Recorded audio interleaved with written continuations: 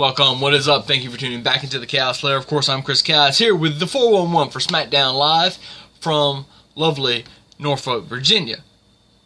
Happy Halloween. Happy All Saints Day. Happy Hallows Eve. Day of the Dead, whatever you want to refer to it as. It has 100 names. I think I've used them all. Whatever you call it. Let's just hope everybody had a great day. That we enjoy the day. Be safe. Also want to send out my thoughts and condolences and prayers as well to the people affected by the incident in New York today. I'm so tired of seeing this bullshit happen in my country, and I honestly I don't know. I don't know how to stop it. But you didn't come here to hear this. And I can't give an answer, and I don't think anybody wants to hear me try to come up with an answer. What you want is Smackdown coverage, and that's what I want to bring to you right now. My thoughts on Smackdown, so here we go. Shane McMahon starts off the show kind of going behind the curtain a little bit, like poking his head out, bringing everybody in. Yeah, SmackDown's the B show. It's always been the B show because for the longest time, SmackDown, which started in 1999, remember, Raw has 6 years on SmackDown. So Raw's about to celebrate 25. SmackDown's only celebrating 19. So next year, mind you. So remember that. Raw's always been the show because it's, for the most of its run, it's been on the USA Network. Now, it was on TNN and later Spike, but it's not... SmackDown was never on par until it got to the USA Network, or even on Sci-Fi. It ran on Sci-Fi for a little while, and then it went to USA because they wanted to get more ratings, I guess, and people didn't watch Sci-Fi. It wasn't good for WWE, but the SmackDown started on UPN. Now, you remember that? And it went to like CW, and just not a lot of people had these channels. If you lived in a big market, it was fantastic, you got it. But somebody like me, I live in rural, by the way, North Mississippi, and I never got SmackDown. I had to use now this is dating myself a little bit. Yes, I am 32 years old. I had to use rabbit ears and an antenna to pick up SmackDown on the days that sometimes I could finagle the things just right to get the show. With Raw, it was on my satellite or cable or whatever I had every Monday night. SmackDown wasn't that easy to get. Sometimes I could get it and it'd be snowy. Sometimes it'd be perfect, and then sometimes you just couldn't get it because cloud coverage, whatever. Technology has come a long way. But that's one of the reasons why that SmackDown was always listed as the B show, and Raw was listed as the A show because of where it has been. That's just, it is what it is. Of course, Shane announces he's the captain of Team SmackDown, which we kind of all figured was going to happen.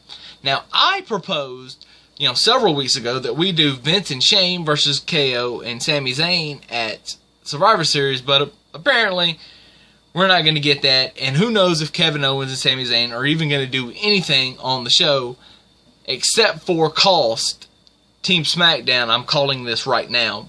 Cost Team SmackDown the match in some way, shape, form, or fashion.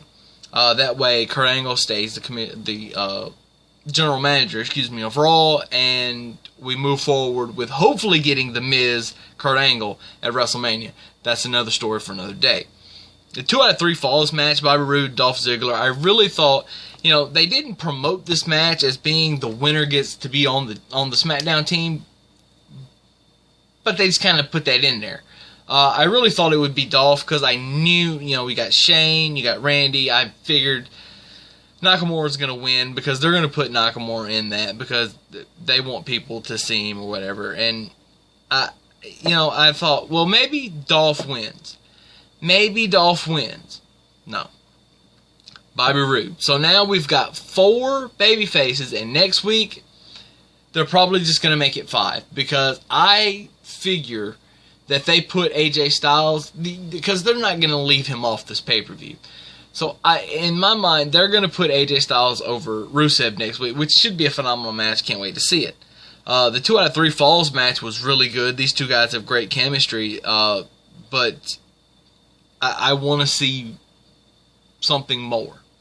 I don't know exactly what that is yet, but anyway, I got to shout out the New Day for their costumes. Kofi is Brother Love. Xavier is the Mouth of the South, Jimmy Hart, which I popped huge for that. And I popped real big for Big E as Akeem, the African Dream. I loved it. I loved it. It's a huge throwback to the 80s. I can't put that over enough. You see Becky Lynch rallying the troops, being a good team captain. Baron Corbin and Sin Cara. I thought that Corbin needed to just go ahead and end this tonight, or Sin Cara needed to get a pinfall victory to earn a title shot, but they went completely opposite of that, and I thought we needed a definitive winner, but they just let Sin Cara lose his shit because Baron goes after the mask, the ref throws the match out. The story will continue. Jinder Mahal doing another promo on Brock Lesnar, who, by the way, has to do all the work because Brock's not there. On Raw. AJ Styles finishes Samir Singh very quickly. Jinder attacks him, leaves him laying.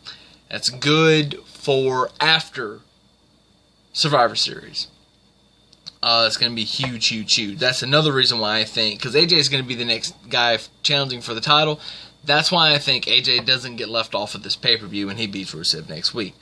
Big E and Rusev had a really good match. Rusev gets a win. Again, we have Rusev versus AJ next week for the thing. You get the Stranger Things package, and I just, shout out to Ty Dillinger for being able to have fun and let loose with Breezango and the Ascension. Where was Connor at, though? Anyway. Kevin Owens and Shinsuke Nakamura ended just like I thought it would. Nakamura wins. Sami Zayn comes out and almost gets involved. Randy Orton comes out, puts a suplex on him not through the table, but onto the table. Interesting note that Sami Zayn pulls the hood off of the announce table and throws it. And he obviously didn't throw it right because one side of it landed so that it fell and hit the audience. It hit people in the crowd, and there's one guy that's just selling it. He didn't instantly sell it. It hit him, and then they kind of like whatever, and then he started selling it. Like somebody told him, dude, you gotta sell that. This will be awesome. You're on TV. The guy probably got some swag for that. So shout out to that dude for actually selling it. And shame. The other guy that was sitting next to him that also got hit, that didn't sell it. You are not bigger than the business guy who didn't sell. So just keep that in mind for next time. And maybe you'll get some swag too. But then again, what do I know? They probably both got swag. Anyway, so that's it. You know what? Interesting note. We have 4 of the 5 members of Team Smackdown. I'm still trying to figure out a way that we can get Paige into the match. You don't want to do like a... you want to make it a surprise. But because she's apparently supposed to be on SmackDown, you can't have like somebody get beat down right before the match because you did that last year. With Natalya beating up Nikki and then the camera finding her and then Natalya just running out. You can't have the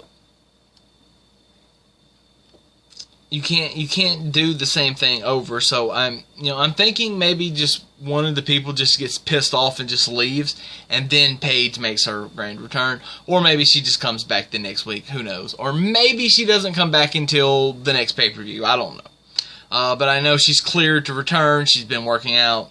Let's get Paige back in the ring and back on the show on TV. So without further ado, that's all I've got. I'll see you guys probably next week. So deuces. Chaos out.